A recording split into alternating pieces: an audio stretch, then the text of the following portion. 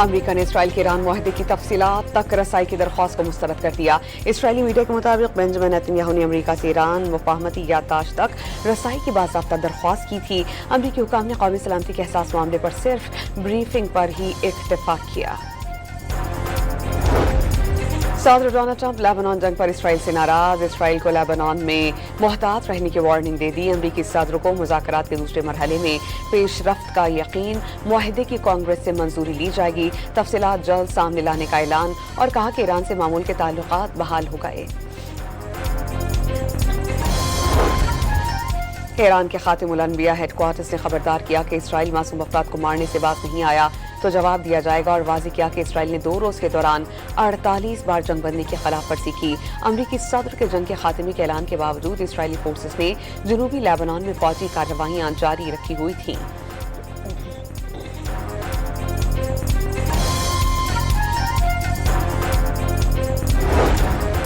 ایران کے ساتھ امن معاہدے کے تحت ایران کو امریکہ کا ایک بھی پیسہ نہیں دیا جائے گا۔ نائب صدر جے ڈی وینس نے قطر سے $300 ارب کی واپسی اور $24 ارب کے غیر منجمد اثاثہ جات کی ایران منتقلی کے نکات ایرانی میڈیا کا پروپیگنڈا قرار دے دیے۔ امریکہ سے حتمی معاہدے پر ایران میں $300 ارب کی نجی سرمایہ کاری ہوگی۔ نجی فنڈز کے ذریعے خلیجی ریاستوں، جنوبی امریکہ اور افریقہ کی کمپنیز نے پہلے ہی فنڈز کی یقین دہانیاں کرائیں۔ MOU پر دستخط کے بعد ایران کو اپنا تیل بیچنے کی اجازت ہوگی، خبر رساں ایجنسی رائٹرز کا دعویٰ۔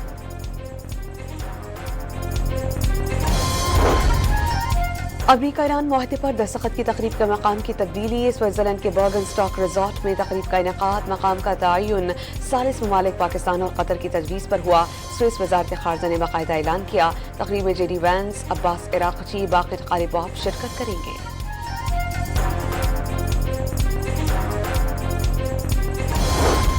برطانوی پارلیمنٹ میں ایران اور امریکہ جنگ بندی اور امن کی کاوشوں میں پاکستان کی تعمیری کردار اور وزیر اعظم شہباز شریف کی سفارتی کاوشوں کو بھرپور اعتراف۔ متعدد اراکین ہاؤس آف لارڈز نے خطے میں کشیدگی کم کرنے اور مذاکرات کو آگے بڑھانے پر پاکستان کے مثبت کردار کی تعریف کی۔ لارڈ احمد آف ولڈر نے پاکستان کی خدمات کو خراج تحسین پیش کیا۔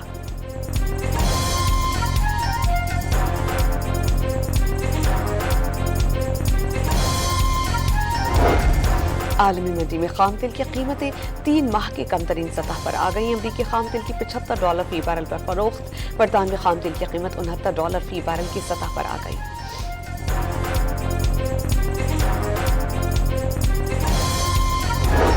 سندھ اسمبلی کا بجٹ اجلاس آج ہوگا۔ وزیر اعلیٰ سندھ مراد علی شاہ بجٹ پیش کریں گے۔ نئے مالی سال کا سندھ بجٹ 4000 ارب روپے ہونے کا امکان، سرکاری ملازمین کی تنخواہوں اور پینشن میں 10% اضافے کی سفارش، کم از کم اجرت 45,000 روپے مقرر کرنے کی تجویز۔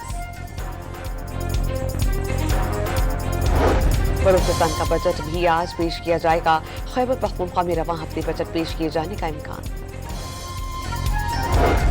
پنجاب کا 5,903 ارب 46 کروڑ روپے کا بجٹ اسمبلی میں پیش، سرکاری ملازمین کی تنخواہوں میں 7 اور پینشن میں 3.5% اضافے کی تجویز، محفوظ پنجاب پروگرام کے لیے 257 ارب روپے مختص کرنے کی سفارش۔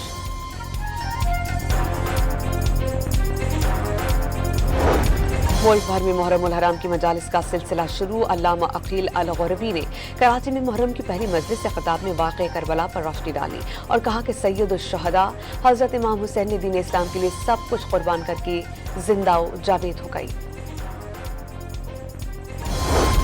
بلوچستان بھر میں 1 سے 10 محرم تک اسلحے کی نمائش، کوئٹہ میں موٹر سائیکل کی ڈبل سواری پر پابندی عائد، عوامی مقامات پر گداگری اور بھکاریوں کے بیٹھنے پر پابندی۔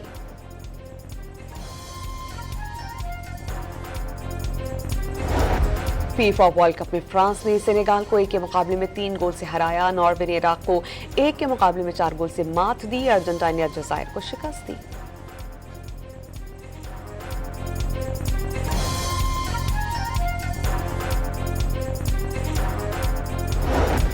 اور محکمہ موسمیات نے کراچی میں آئندہ 3 دنوں تک گرد آلود ہوائیں اور گرج چمک کے ساتھ بارشوں کی پیشگوئی کر دی۔